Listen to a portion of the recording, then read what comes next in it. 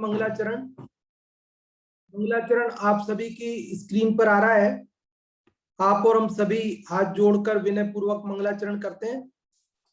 लक्ष्मी निवास निलयम विलीन विलयम निधाय वीरम आत्मानुशासन महम वाक्षे मोक्षाय भव्यानाम। जो लक्ष्मी के निलय रूप उन अविनाशी प्रभु को उर्धार ग्रंथ रचूं आत्मानुशासन भव्य जनों को है स्वीकार, भव्य जनों को है स्वीकार। यह आत्मानुशासन नामक ग्रंथराज है।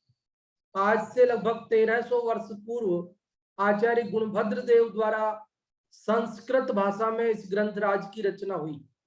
संस्कृत भाषा में रचित इस ग्रंथराज में 270 श्लोक हैं और उन 270 श्लोकों में से हम 174 श्लोक पढ़ चुके हैं और आज हम 175वां श्लोक पढ़ेंगे।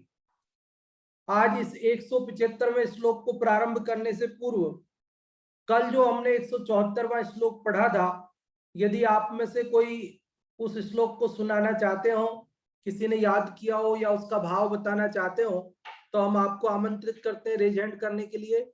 और सबसे पहले रेज हैंड हुआ है रंजना जी आपका, तो हम आप ही को अनम्यूट कर रहे हैं। आप बताएं रंजना जी। जय जिनेन्द्र पंडित जी। जय जिनेन्द्र। इस श्लोक में आत्मा के असाधारण स्वरूप को बताया गया है। इस श्लोक में बताया गया है कि आत्मा ज्ञान स्वभावी है, उसका कभी विनाश नहीं होता है। इसलिए जिसे अविनाशी पद की प्राप्ति की अभिलाषा है, इच्छा है, उसे अपने ज्ञान स्वभाव की आराधना करना चाहिए, अभ्यास करना चाहिए। बहुत अच्छा रंजना जी आपने बताया, बहुत बहुत धन्यवाद। और रश्मि जी आपको भी अनम्यूट किया है, आप भी बताएं। जय जिनेन्द्र सभी को। जय जिनेन्द्र। कल हमने जो श्लोक पढ़ा था उसमें हमने यह समझा कि आत्मा का स्वभाव ज्ञान स्वभावी है। यदि हमें अपने शाश्वत सुख को प्राप्त करना है तो हमने अपनी आत्मा को जानकर, पहचानकर और ज्ञान स्वभाव को ही प्राप्त करना है। हाँ जी, बहुत अच्छा।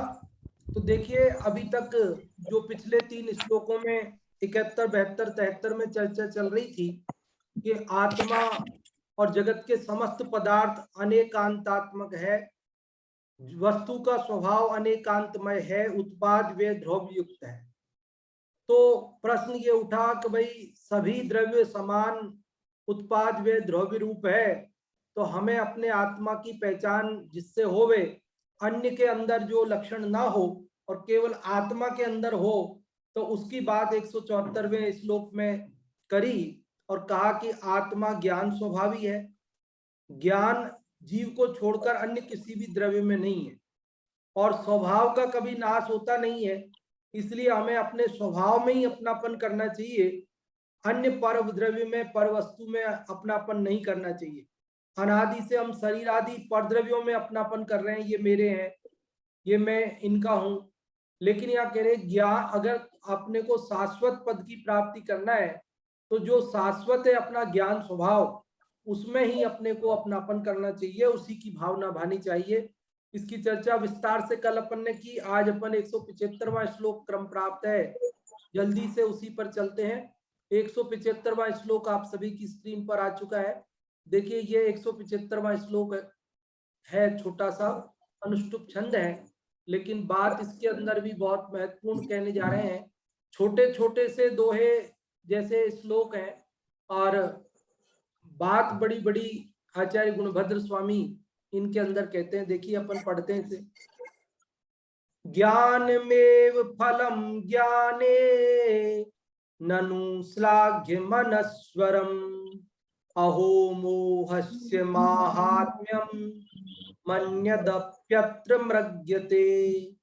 ज्ञान भावना का फल आदरणीय तथा अविनाशी है, किंतु अन्य फल की वांछा को अहो मोह की महिमा जान। तो ये श्लोक पढ़ने का तरीका तो बहुत आसान है, सरल है। आप में से कोई पढ़ के देखना चाहते हैं, आप में से कोई पाठ करना चाहते हो तो आप प्रेजेंट कर सकते हैं। 175 में इस श्लोक में संस्कृत या हिंदी का जो भी आप पाठ करना चाहते हैं। और आशा जी आपको अनम्यूट किया है, आप कौन सा पाठ करेंगी, हिंदी संस्कृत? संस्कृत का। जय जिनेन्द्र। जय जिनेन्द्र। ज्ञानमेव फलं ज्ञाने ननु श्लाघ्यमनश्वरम् अहो मोहस्य महात्म्यमन्यदप्यत्र मृग्यते। हाँ जी, आपने अच्छी कोशिश की। नीचे की पंक्ति में आपको थोड़ी दिक्कत आई, मैं फिर से बताता हूं। महात्म्य यहां रुकना है, महात्म्य यहां रुकना है। अहो मोहस्य महात्म्य, और उसके बाद मन्यदप्यत्र मृग्यते। वापस बोलता हूं मैं पूरा। ज्ञानमेव फलं ज्ञाने ननु श्लाघ्यमनस्वरम् अहो मोहस्य माहात्म्य मन्यदप्यत्र मृग्यते। अब पढ़ के देख लें एक बार आप। ज्ञानमेव फलं ज्ञाने ननु श्लाघ्यमनश्वरम् अहो मोहस्य महात्म्यमन्यदप्यत्र मृग्यते। हाँ जी, अब अच्छा हो गया, कोई दिक्कत नहीं है। अब हिंदी वाले का पाठ करने के लिए हम अनम्यूट कर रहे हैं। श्रद्धा जी, आपको हिंदी वाले का पाठ आप करें, श्रद्धा जी।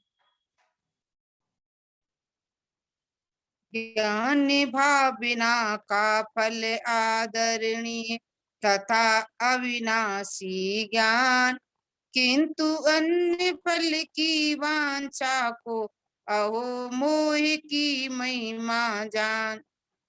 हाँ जी, बहुत अच्छा पाठ आपने किया। देखिए अब इसका अर्थ समझते हैं अपन। इसका अर्थ क्या है, देखिए।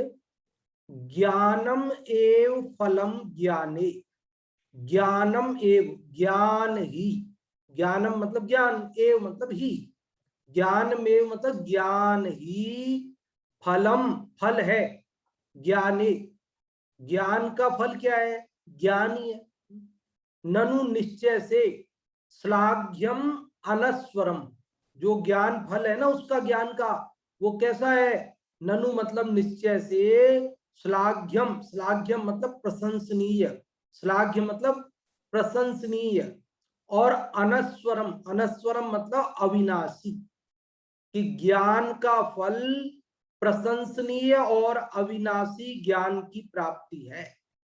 अहो मोहस्य महात्म्यम, अहो आश्चर्य व्यक्त करते हुए कह रहे आचार्य गुणभद्र देव कि मोह का महात्म्य है, मोह की महिमा है कि अन्यद अपि अत्र मृग्यते, अन्यत मतलब अन्य फल, अपि भी, अत्र मतलब यहां, मृग्यते मतलब खोजा जाता है। लोग अन्य फल भी चाहते हैं। देखो फिर से समझो, बहुत सरल और बहुत अच्छा मार्मिक संदेश देने वाला ये श्लोक है। ये कह रहे हैं कि ज्ञान का फल ज्ञान है, और वो ज्ञान जो फल है ज्ञान का, वो कैसा है, तो कहते प्रशंसनीय है और अविनाशी है। लेकिन मोह की ऐसी महिमा है कि लोग उसका, ज्ञान का फल, अन्य भी, लौकिक लाभ भी, मान प्रशंसा, 5 इंद्रियों के विषयों की सामग्री भी चाहते हैं। ये बड़ा आश्चर्य है। समझ में आई क्या? फिर से देखिए, ज्ञानम एव फलम, ज्ञान में है ना, तो संधि विच्छेद किया, ज्ञानम एव ज्ञान ही, फलम फल है, ज्ञाने ज्ञान का, ननु निश्चय से, श्लाघ्यम प्रशंसनीय है, अनस्वरम और अविनाशी है। अहो आश्चर्य व्यक्त करते आचार्य गुणभद्र देव की, आश्चर्य की बात है कि ज्ञान का इतना सुंदर फल होते हुए भी मोह की महिमा है कि महात्म्यम, फिर अन्यत अपि अत्र, संधि विच्छेद समझ में आया, महात्म्यम महिमा, अपि भी, अन्यत, अन्यत मतलब अन्य, अपि भी, अत्र यहाँ, अर्थात इस ज्ञान का फल, मृग्यते खोजा जाता है, चाहते हैं लोग। देखो अपन ने ये शास्त्र पढ़ा, अभी अपन ने ये श्लोक पढ़ा, तो इसका क्या फल है कि अपन को इस श्लोक संबंधी अज्ञान का नाश हो गया, अपने को इसका ज्ञान हो गया। लेकिन हम क्या चाहते हैं कि हमने ये श्लोक पढ़ा ना, तो इसके बदले में क्या हो कि हमारे धन की प्राप्ति हो जाए, इसके बदले में हमको अन्य कुछ लौकिक लाभ की प्राप्ति हो जाए, हमें मान सम्मान मिले इत्यादि हमारी जो चाह होती है। तो ये आश्चर्य व्यक्त करते हुए गुणभद्राचार्य कहते हैं भैया ये मोह की महिमा है। ज्ञान का फल अन्य कुछ नहीं चाहते ज्ञानी जन, ज्ञान का फल तो ज्ञान हो गया ना, बस। इसकी चर्चा तो अभी अपन करेंगे। एक बार सामान्य अर्थ आप में से जो भी बताना चाहते हैं वे लोग रेज हैंड कर सकते हैं। बहुत सरल श्लोक है और आप सब इसका अर्थ बता सकते हैं। आज वो लोग कोशिश करें जिन्होंने अभी तक कभी नहीं बताया। हाँ जी, और अभी तो हम पहले नीलम जी आपको अनम्यूट किया, आप बताएं, फिर देखते हैं और ज्ञानमेव फलं ज्ञाने ननु श्लाघ्ये मनश्वरम् अहो मोहस्य महात्म्ये मन्येदप्यत्र मृग्यते। इसमें बताया गया है कि ज्ञान में मतलब ज्ञान ही फलम फल है, ज्ञान का फल ज्ञान ही है। ननु मतलब निश्चय से, श्लाघ्य मनस्वरम और वह ज्ञान कैसा है, प्रशंसनीय है और अविनाशी है। मतलब ज्ञान का फल ज्ञान ही है और वह ज्ञान प्रशंसनीय और अविनाशी है। अहो मोहस्य महात्म्ये, अहो यह मोह की महिमा है। अन्य मतलब दूसरा, अपि मतलब भी, अत्र मतलब यहाँ, मृग्यते मतलब खोजते हैं। लेकिन अहो यह मोह की ही महिमा है कि यहाँ पर लोग इसका दूसरा फल खोजते हैं, अर्थात 5 इंद्रिय विषय भोगों की लालसा करते हैं। जी, बहुत अच्छा आपने बताया नीलम जी, बहुत बहुत धन्यवाद आपके लिए। और अभी अपन हिंदी वाले से अर्थ समझ पूछना चाहते हैं, जो भी आप में से हिंदी वाले से बताना चाहते हैं। और इसके हिंदी वाले से बताने के लिए हम अनम्यूट करते हैं, देखते हैं किनको। अभी हम अनम्यूट कर रहे हैं श्रद्धा जी आपको। श्रद्धा जी आप बताएं।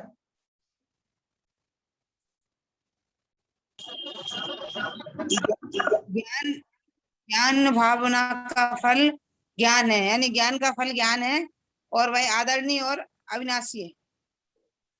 किंतु अन्य फल की वांछा, यानी 5 इंद्रियों के विषयों की वांछा, यह तो मोह की महिमा है, ऐसा आचार्य ऐसा आश्चर्य व्यक्त करते हैं। हाँ, बहुत अच्छा आपने बताया, बहुत बहुत धन्यवाद आपके लिए। तो अब अपन इसके भाव की चर्चा करते हैं। आप सबने अभी संस्कृत से हिंदी से इसको पढ़ने का क्या तरीका है वो समझा, पढ़ के देखा, इसका अर्थ बताया। देखो इसमें क्या बात कह रहे हैं, आचार्य गुणभद्र देव ने पिछले श्लोक में कहा था भाई ज्ञान भावना भाव, तो अब इस श्लोक में बता रहे भाई उस ज्ञान भावना भाएंगे तो उसका फल क्या है। तो कहते हैं ज्ञान का फल तो ज्ञान ही है, और मोह के कारण जीव उस का फल कुछ और लौकिक चाहते हैं। देखो अपन स्वाध्याय कर रहे हैं, तो स्वाध्याय का क्या फल है कि अपना अज्ञान नष्ट हो रहा है, अपने को ज्ञान हो रहा है। लेकिन कई लोग चाहते हैं कि साहब इसके बदले में मैंने स्वाध्याय किया ना, तो स्वाध्याय के बदले में मुझे कुछ और लौकिक लाभ की प्राप्ति हो जाए। स्वाध्याय के बदले में तो फिर भी लोग नहीं चाहते, लेकिन मान लो पूजा करते हैं, कहीं विधान करते हैं, कहीं तीर्थ यात्रा करते हैं, कहीं कुछ करते हैं, फिर उसके बदले में वे चाहते हैं कि हमारा मुकदमा जो कोर्ट में चल रहा है उसे मैं जीत जाऊं, हमारे घर में सुख शांति रहने लग जाए, झगड़ा ना हो, हमारी दुकान अच्छी चलने लग जाए, हमारे पुत्र की नौकरी लग जाए, इत्यादि नाना प्रकार की कामनाएं जगत जन करते हैं। तो ऐसे ही कुछ जीव स्वाध्याय के बदले में भी कुछ चाहते हैं लौकिक लाभ, तो उसके लिए आचार्य गुणभद्र देव कह रहे हैं भैया ज्ञान का फल तो ज्ञान है, और यदि आप ज्ञान के बदले में कुछ और चाहते हो, इसका मतलब यह है कि आपको मोह सवार है आपके माथे पर। देखो ज्ञान वन, तो ज्ञान होने से क्या होता है कि जब पदार्थों का यथार्थ ज्ञान हो जाता है, वस्तु का जैसा स्वरूप है वैसा समझ में आ जाता है, और जब वस्तु का जैसा स्वरूप है वैसा समझ में आ जाता है तो फिर आकुलता मिट जाती है, जीव निराकुल हो जाता है, और निराकुलता होने पर सुखी हो जाता है। निराकुलता सुख का लक्षण है, कहते ही है कि आकुलता दुख है और निराकुलता सुख है, तो जीव सुखी हो जाता है। तो ये इस ज्ञान का फल है कि वो निराकुल होकर के सुखी हो जाता है, लेकिन मोह के कारण से वो आकुलता पैदा करने वाले अन्य विषय भोगों को चाहता है। जैसे किसी को खाज हो जाए, खुजली हो जाए, तो वो खुजाने की सामग्री को अच्छा मानता है, भला जानता है। उसी प्रकार जिस जीव को मोह उत्पन्न हो जाता है, वह क्या करता है कि उसे पांच इंद्रिय विषयों की सामग्री अच्छी लगती है, वह उन्हें चाहता है।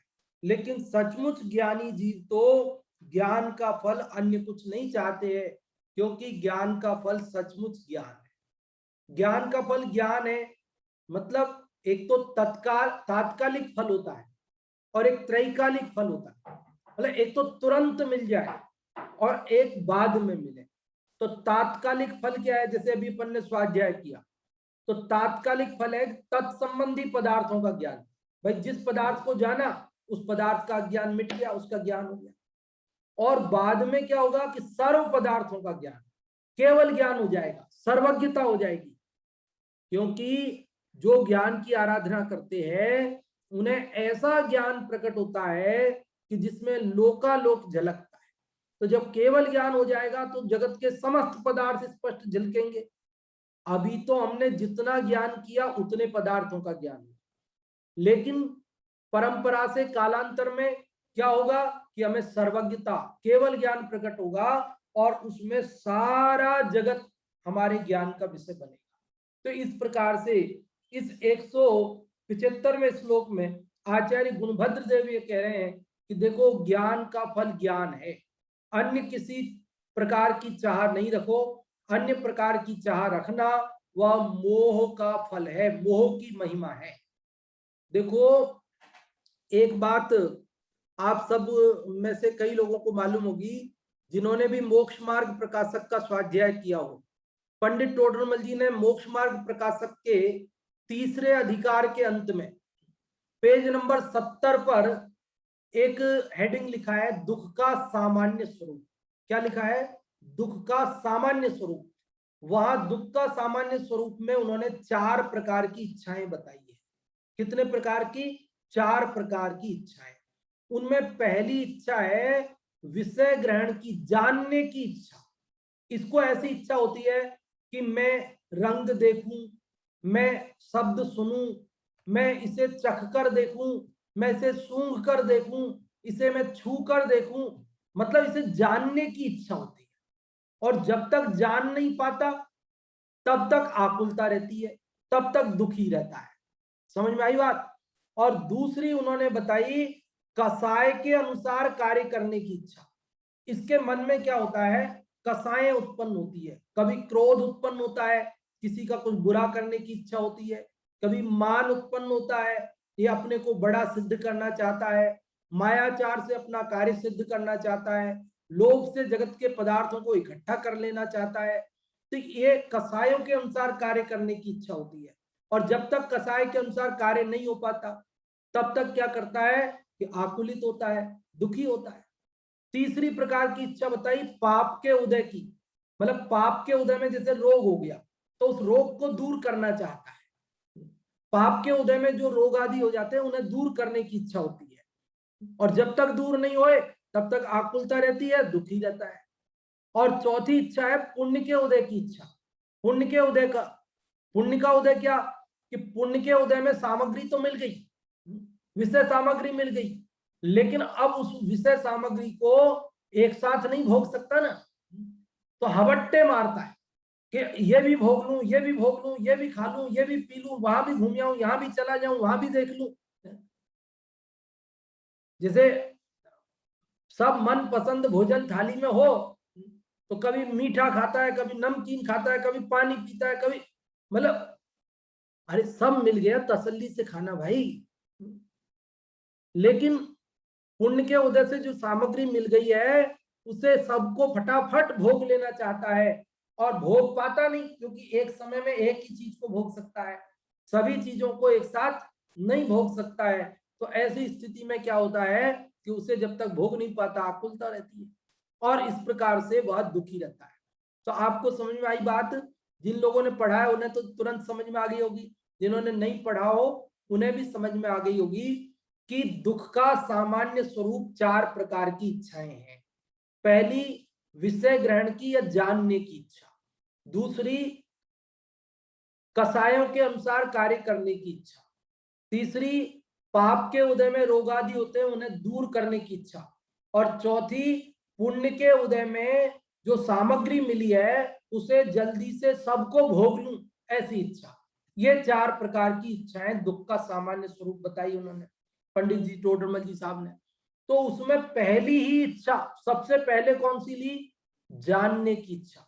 बोलो, एक ज्ञान भावना से स्वाध्याय से अपने को ज्ञान हो गया ना, तो अपनी जानने की इच्छा मिट गई, और जानने की इच्छा मिटने से निराकुल सुख की प्राप्ति होती है। हमें पता ही नहीं है कि साहब जाने बिना भी हम दुखी हैं और जानने से हम सुखी होते हैं।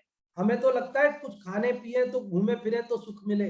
अरे जाने बिना जीव दुखी रहता है। अभी मैं आपको बताता हूँ कुछ एक आध उदाहरण देकर के, तो आपको स्पष्ट समझ में आएगा कि कैसे जीव खाए बिना रह सकता है, घूमे बिना रह सकता है, लेकिन जाने बिना नहीं रह सकता है। बड़ी तकलीफ है, हमें पता ही नहीं है कि हमें ये तकलीफ है।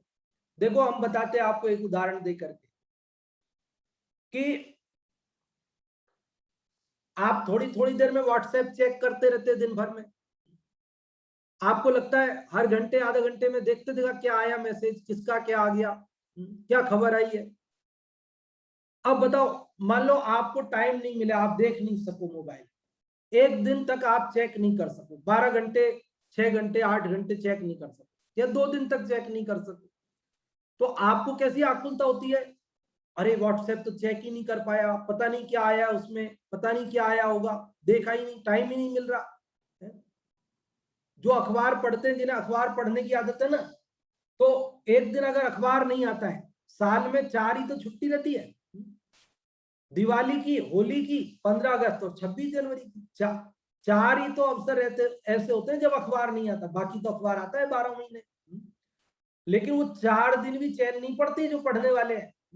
एक दिन अखबार लेट हो जाए तो परेशान हो जाते हैं। मैं आपसे पूछता हूं, जब तक अखबार नहीं पढ़ा, जब तक टीवी पे समाचार नहीं सुने, जब तक हमने व्हाट्सएप चेक नहीं किया, तो क्या शरीर में दर्द होता है? शरीर में तकलीफ होती है क्या? सिर दुखता है क्या? लोग कहते हैं चाय नहीं पीते तो सिर दुखता है, ऐसे अखबार नहीं पढ़े तो सिर दुखता है क्या? अरे बल्कि पढ़ते तो सिर दुखता है, आंखें दुखती है, लेकिन बिना पढ़े तो नहीं दुख रहा ना, लेकिन फिर भी दुखी है। वो पढ़ने पे दुखेगा, लेकिन बिना पढ़े आराम में होते हुए भी दुखी हुए, आकुलता है। देखो ऐसी जानने की इच्छा होती है। अभी भी यदि आपको ये बात समझ में नहीं आई हो तो और सुनो। देखो पहले घर में वो होता था ना, एक ही फोन होता था, टेबल फोन, मतलब लैंडलाइन होता था ना, घर में एक जगह रखा रहता था, और किसी का भी मान लो फोन की घंटी बजी मान लो, तो उसमें एक जने ने उसको उठा लिया, और उठाकर घर में मान लो 4-6 सदस्य हैं, एक जने ने उठाया, उठा करके बात की और बात करके फोन रख दिया। अब उसमें कोई लाउड स्पीकर तो होता नहीं, पहले शुरुआत में तो नहीं होता था, अभी तो फिर उसमें भी होने लगे। अब एक कमरे में जहां रखा था, एक जने ने उठा के बात करके रख दिया। अब घर में 4 जने और हैं, उनको बताया नहीं किसका फोन था, क्या बात हुई क्या नहीं हुई, तो फिर देखो कैसी खलबली मचती है घर में। अरे तुम बताते ही नहीं हो किसका फोन आया, क्या बात हुई, बताओ तो सही। घर में जो बुजुर्ग होते हैं ना, उनको बड़ी समस्या होती है। दादा दादी कोई बैठे हैं, और पोते ने फोन उठा लिया, बेटे ने उठा लिया, बहू ने उठा लिया, बात तो वो कहेंगे, सासू जी कहेंगे, बहू किसका फोन था, क्या बात हुई? कि मम्मी जी आपके काम का नहीं था, वो आपके मतलब का नहीं। अरे मेरे मतलब का नहीं था, लेकिन किसका था? कि नहीं वो आपसे संबंधित काम नहीं था, वो जवाब दे दिया मैंने। अरे जवाब तो दे दिया, लेकिन मेरे को तो बता किसका फोन था। बोलो इस बात पे ही झगड़ा हो जाए घर में। पहले लोग, बुजुर्ग लोग घर के बाहर जो सीढ़ियां और वो होता है गोखड़ा होता है, दोनों साइड जगह होती थी बैठने की, चबूतरी होती थी, उस पर बैठे रहते थे बुजुर्ग व्यक्ति।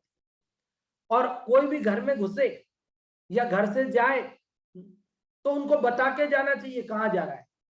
आए तो बताना चाहिए कहाँ से आया है, क्या लेके आया है।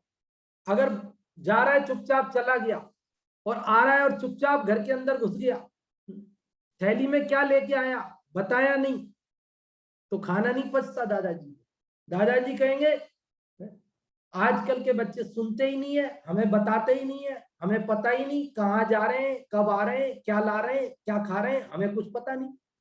अरे दादाजी आपसे कुछ नहीं छुपाया जाता है, जो भी लाते हैं सबको देते हैं, हम खाते हैं आपको भी खिलाते हैं। लेकिन दादाजी कहते हैं हमें मत खिलाओ भले, लेकिन हमें तो ये बता दो कि तुम लाए क्या हो, तुम कहाँ जा रहे हो, कहाँ। बोलो किसी बेटे बेटी का संबंध देखने जाए बेटा, और दादाजी को पापा को ना बताए कि कहाँ देख कर आए, वो जचा कि नहीं जचा, क्या बात हुई, तो कहते हैं, बोलो कितनी परेशानी हो जाती घर के अंदर कि हमें तो बताओ कहाँ देख के आए हो, क्या बात चल रही है, क्या हाँ हुई ना हुई। कि दादाजी आप चिंता नहीं करो, आपने अपने बच्चों के संबंध निपटा दिए, अब आपका बुढ़ापा है, आप धर्म ध्यान करो, इसमें दिमाग मत लगाओ, हम अपने बच्चों का संबंध कर लेंगे, और जब पक्का हो जाएगा तो दस्तूर तिलक आपके हाथ से ही करवाएंगे। दादाजी तिलक आपके हाथ से, हम नहीं करेंगे, आपके हाथ से ही करवाएंगे। आपको क्यों नहीं बताएंगे, आपको तो बताएंगे ही बताएंगे, सबसे पहले आपके हाथ से ही होगा। लेकिन आप हर एक की पूछते हो, अब 10 जगह बात चलती है, हम क्या बताएं, हम दुकान में, धंधे में, नौकरी में बिजी रहते हैं, इतना टाइम नहीं है अब हर बात आपको बताएं। जब नक्की हो जाएगा तो सबसे पहले आपको बताएं, आप चिंता नहीं करो।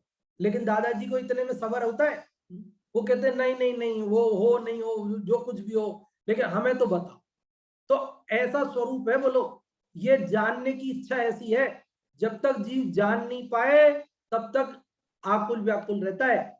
और ये ज्ञान का सबसे बड़ा फल है कि हमें ज्ञान हो गया ना, ज्ञान के बदले में और क्या चाहिए। लेकिन फिर भी कुछ आप और हम जैसे अज्ञानी हैं कि जो ज्ञान के बदले में भी कुछ अन्य फल चाहते हैं, लौकिक फल चाहते हैं, 5 इंद्रिय विषयों की सामग्री चाहते हैं, मान सम्मान चाहते हैं, नाम और प्रतिष्ठा चाहते हैं। भैया मोह के उदय से इस प्रकार की इच्छा होती है, हमें इस प्रकार की इच्छा करना योग्य नहीं है। ज्ञान का सच्चा फल तो यही है कि हमें शाश्वत और प्रशंसनीय ज्ञान की प्राप्ति हो जाए, हमारे लिए सर्वज्ञता प्रकट हो जाए, हमारे लिए वस्तु का स्वरूप यथार्थ भाषित हो जाए, ये सबसे बड़ा फल है। ज्ञान का फल क्या है? अज्ञान निवृत्ति हानोपादानोपेक्षास्य फलम। न्याय शास्त्रों में कहा कि जो ज्ञान है, प्रमाण है, सम्यक ज्ञान है, उसका ये फल है क्या कि एक तो अज्ञान की निवृत्ति, कि तत्संबंधी अज्ञान नष्ट हो गया, और हान उपादान और उपेक्षा। हान मतलब हेय, उपादान मतलब उपादेय, और उपेक्षा मतलब ज्ञेय। तो हे उपादेय ज्ञेय का ज्ञान हो जाता है कि जब हम पदार्थों को जानते हैं तो हमें पता चलता है कि ये पदार्थ छोड़ने लायक है, ये पदार्थ ग्रहण करने लायक है, और ये हमारे लिए मात्र उपेक्षणीय है, ज्ञेय मात्र है, ज्ञान का विषय मात्र बनता है। लेकिन इससे मेरा कोई अहित नहीं, मुझे कोई छोड़ने की जरूरत नहीं, ना मुझे ग्रहण करने की जरूरत है, क्योंकि इससे के ग्रहण करने से मेरा हित नहीं है। तो इस प्रकार से ज्ञान का फल प्रशंसनीय और शाश्वत ज्ञान की प्राप्ति है, और उसके बदले में अन्य लौकिक आकांक्षा हमें रखनी भी नहीं चाहिए, ये बात हमें इस 175वें श्लोक के माध्यम से समझना चाहिए। मैं समझता हूँ आप इसका अर्थ समझ गए हैं, इसका भाव समझ गए हैं, और आप लोगों को किसी को कोई भी बात पूछनी है या बतानी है तो पहले आपको आमंत्रित करते हैं, और फिर समय बचेगा तो कुछ और भी चर्चा अपन करेंगे। अभी पहले रितु भाभी जी आपको अनम्यूट कर रहे हैं, आप बताएं या पूछें जो भी आप पूछना चाहते हैं या बताना चाहते हैं। मैं जैसे आपने उदाहरण बताया ना जानने का लोग, मुझे एक उदाहरण याद आ गया, मैं बताऊं क्या? हाँ बताइए ना, बताइए। है एक बार ऐसे होता है कि स्वाध्याय चल रहा होता है और एक बहू होती है, वो घूंघट निकाल के बैठती है। तो काफी लोगों को ऐसा विकल्प आता है, कौन है, कैसी दिखती है, कैसी दिखती है। 7 दिन तक स्वाध्याय में ऐसा ही विकल्प चलता है, और फिर बाद में जैसे ही देखते हैं वो है ना काणी है, थोड़ी वैसे टेढ़ी मेढ़ी है, तो क्या कर सकते हैं? कुछ भी नहीं कर सकते। पर जिस दिन जब तक वो घूंघट ऊपर नहीं था, तो बस सबको आकुलता रहती है, वो कैसी है, कहाँ कैसी दिखती है, मतलब जानने का लोभ के बारे में मैंने भी ये सुना है। चलो, आपने सुना है सो सच्चा ही होगा। जगत में ऐसा नई बहू आती है तब ऐसा रहता है, सब लोगों को विकल्प कैसी है। अब आजकल तो वो घूंघट घूंघट वाली बात रही नहीं है तो वो सब ऐसी कोई, फिर भी प्राचीन काल में तो या थोड़े समय पहले और अभी भी कहीं ग्रामीण इलाकों में या अन्य अन्य जहाँ परंपराएं चलती है, वहां जिन समाजों में परंपराएं चलती है वहां तो ऐसा रहता ही होगा। खैर, जानने की इच्छा कैसी होती है वो वास्तव में आपने ये भी एक उदाहरण बताया, बहुत बढ़िया। और अभी मुन्नी जी आपको अनम्यूट कर रहे हैं, आप बताएंगी, आपका रेज हैंड भी है, शुरू में हम आपको चांस दे सके। हाँ जी, श्लोक तो खैर नहीं, बता देती हूँ लगा कि दिया इसको। ज्ञान हाँ, ज्ञान भावना कल फल आदरणीय तथा अविनाशी ज्ञान, किंतु अन्य फल की वांछा की महिमा जान। तो इसमें बताते हैं कि ज्ञान की भावना का, ज्ञान का फल क्या है? आदरणीय और अविनाशी है ज्ञान का फल। किंतु मोह की महिमा ऐसी है कि वो पंचेंद्रियों के विषय को ही चाहता है, स्त्री पुत्र मकान धन, इसकी उसकी वांछा रहती है। तो अपन को क्या है, ज्ञान से अपन को वेद विज्ञान होता है कि इससे इच्छा करना व्यर्थ ही है। ज्ञान से ये फल मिलता है कि फालतू इच्छा करना व्यर्थ है। आपने 4 बातें बताई, जानने की इच्छा, कसाय, पुण्य और पाप। तो जानने की इच्छा में तो इंद्रियां के आ गए, 5 इंद्रियों के विषय आ गए। क्यों? जैसे अपन ने कोई चीज रखी है तो अपन को चखने की इच्छा हो जाती है कि चखे इसको कैसी है। सुनने की इच्छा होती है, वो क्या बात कर रहे हैं, उनसे पूछते हैं क्यों, क्या कर रहे थे, क्या कर रहे थे, चाहे अपने काम की चीज नहीं हो फिर भी अपन पूछते हैं उनको, कुदर कुदर के पूछना पड़ता है, क्यों, क्या कह रहे, कैसे कर रहे, ये सब बात है। अब कसाय, इंद्रियों को सुख हुआ, इंद्रियों के बाद से कोई कसाय बड़ी, कसाय बड़ी तो फिर वो चारों कसाय बढ़ जाती हैं। फिर इसके बाद पाप का उदय आया तो शरीर में रोग हो गया, धन पैसे चला गया, पुत्र मरे, कुछ भी ऐसा XYZ कुछ हो गया, तो वो मुझे चाहता कि ये ना हो, रोग हो गया, साता को दिया जाए, असाता हट जाए। और इसका पुण्य का फल, अब पुण्य के फल में उतना हाव भाव हो जाता है, सब भूल जाता है वो, न उसको ये सुध रहती कि मैं कहाँ हूँ, क्या हूँ, भोग लूं बस, 5 इंद्रियों के विषय भोग लूं, स्त्री का सुख भोग लूं, मकान कपड़े, मतलब वो हर तरह से सुख, हर तरह के सुखी होना चाहता है। वो ये नहीं सोचता कि इसके पीछे दुख कितना भरा है, पुण्य के पीछे दुख कितना भारी है, क्योंकि पाप बंद होगा तो फिर पाप का उदय आएगा, फिर दुखी होगा। तो वो ज्ञान से ये समझे कि मुझे ये क्या करना है, क्या नहीं करना, किसमें आकुलता है, किसमें निराकुलता है, किसमें आकुलता है, किसमें निराकुलता है। तो ज्ञान हो जाएगा तो निराकुलता आएगी, ज्ञान नहीं होगा तो आकुलता तो रहेगी। ये समझ में आया। हाँ जी, बहुत अच्छा आपने बताया मुन्नी जी, बहुत बहुत धन्यवाद। तो अभी अपन इसका सार समझ रहे हैं। अभी जो ये श्लोक पढ़ा 175वां, आप में से और भी लोग जो बताना चाहते हो वे रेज हैंड कर सकते हैं कि हमारे ये बात समझ में आई। आज जो ये 175वां श्लोक पढ़ा, इसमें हम ये समझे, जो भी आप में से बताना चाहते हैं आप सोच लें। और पहले सुमित जी जैन सांगानेर, आपको अनम्यूट किया है, आप बताएं।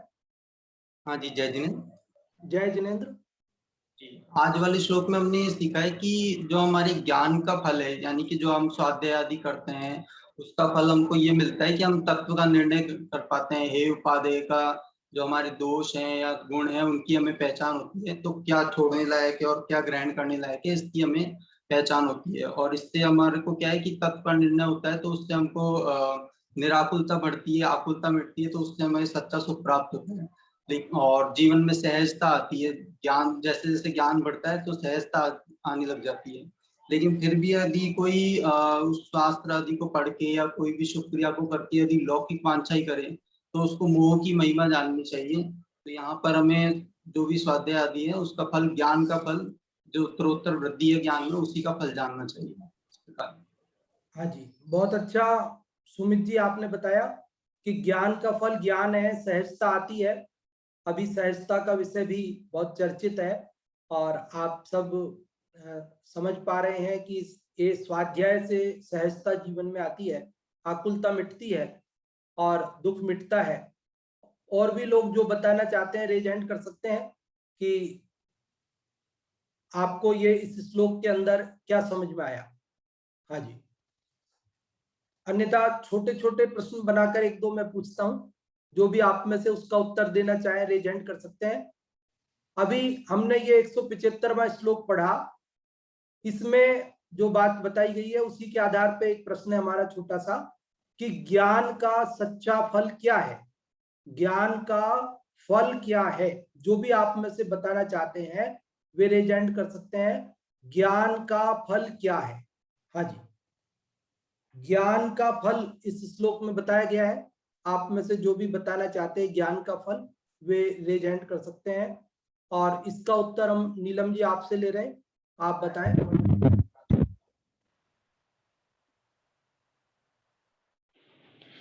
ज्ञान का फल प्रशंसनीय और अविनाशी ज्ञान ही है।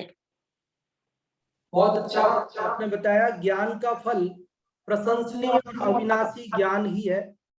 और इसके बाद हमारा दूसरा प्रश्न है कि जब ज्ञान का फल प्रशंसनीय और अविनाशी ज्ञान है, तो हमको इस ज्ञान के फल के रूप में अन्य 5 इंद्रिय विषयों की इच्छा, मान सम्मान आदि की इच्छा क्यों होती है?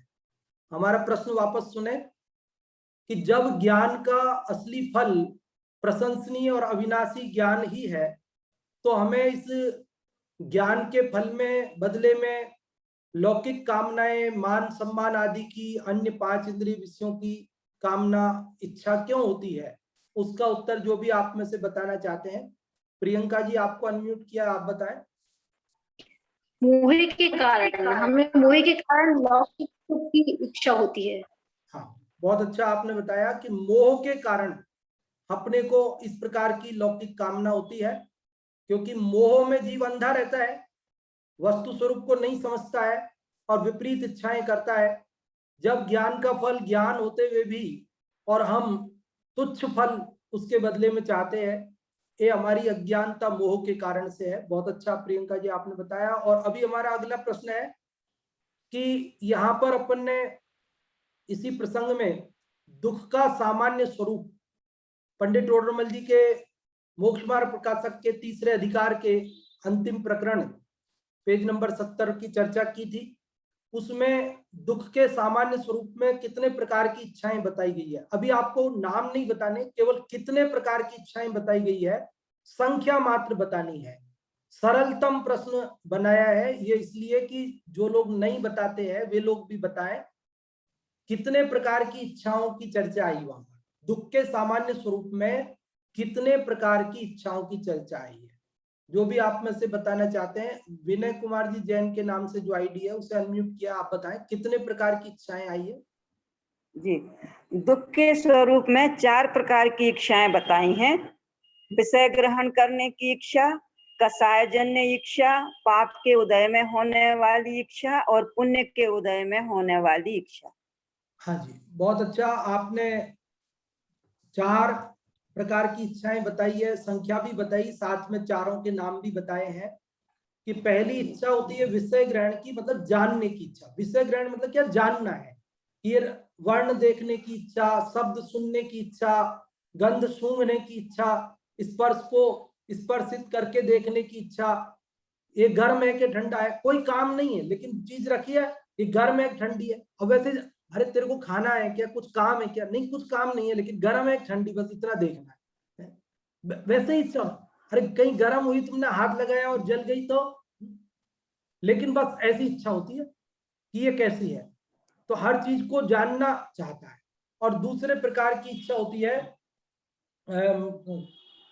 कसाय भाव के अनुसार कार्य करने की, तीसरी पाप के उदय में जो रोग आदि होते हैं उन्हें दूर करने की, और चौथी होती है पुण्य के उदय में प्राप्त सामग्री को भोगने की आकुलता, इच्छा कि सब प्रकार की सामग्री उपलब्ध है और उसमें से मैं कैसे भोगूं, क्या करूं। तो अभी एक जने को और हम अनम्यूट कर रहे हैं जो भी आप में से बताना चाहते हैं चारों प्रकार की इच्छाओं के नाम। अभी हमने केवल पूछे थे कितनी संख्या है, आपने नाम बताए वो अलग बात है। तो आप में से कोई बताना चाहेंगे दुख के सामान्य स्वरूप में जो 4 प्रकार की इच्छाएं बताई है वो कौन कौन सी है? 4 प्रकार की इच्छाओं के नाम बताने हैं। 4 प्रकार की इच्छाओं के नाम जो भी आप में से बताना चाहते हैं वे रेज हैंड कर सकते हैं, और जिन्होंने अभी तक नहीं बताया है वे लोग अगर बताना चाहें तो वे लोग भी रेज हैंड कर सकते हैं। रंजना जी आपको अनम्यूट किया, आप बताएं। दुख के स्वरूप को बताने के लिए 4 प्रकार की इच्छाएं बताई है। पहली तो पंचेंद्र के विषयों को जानने की इच्छा, दूसरी कसाय इच्छा, तीसरी पुण्य पाप इच्छा और चौथी पुण्य इच्छा। हाँ, मतलब पाप के उदय को दूर करने की इच्छा, पाप के उदय में जो रोग आदि हुए उन्हें दूर करने की इच्छा, और पुण्य के उदय में जो सामग्री प्राप्त हुई है उसे एक साथ भोगने की इच्छा। हाँ जी, बहुत अच्छा आपने बताया। चलो श्रद्धा जी आपसे भी सुनते हैं, आप भी बताएं 4 प्रकार की इच्छाओं को। विषयजन्य इच्छा, विषय 5 इंद्रिय के विषय भोगने की इच्छा, और कसायजन्य इच्छा, और पाप के उदय में होने वाले जो पाप के उदय में पाप के कारण जो मिले हैं उनको दूर करने की इच्छा, और पुण्य के उदय में जो पुण्य सामग्री मिली है उसे भोगने की इच्छा। हाँ जी, बहुत अच्छा आपने बताया। अब अपन समय अपना पूर्ण हो गया, अगला श्लोक कल पढ़ेंगे। और अभी नाटक समय सार जी की जो सुंदर कक्षा चलती है उसके लिए आमंत्रित करते हैं पंडित जी साहब को। कोटा से पंडित जी जय कुमार जी साहब पधारे हैं और नाटक समय सार जी की कक्षा प्रारंभ करावे। बहुत बहुत धन्यवाद पंडित खेमचंद जी साहब, बहुत ही सुंदर आत्मानुशासन ग्रंथ की चर्चा आपकी चलती है। और आज कौन बनेगा ज्ञानपति कार्यक्रम यहाँ अपना होने वाला है।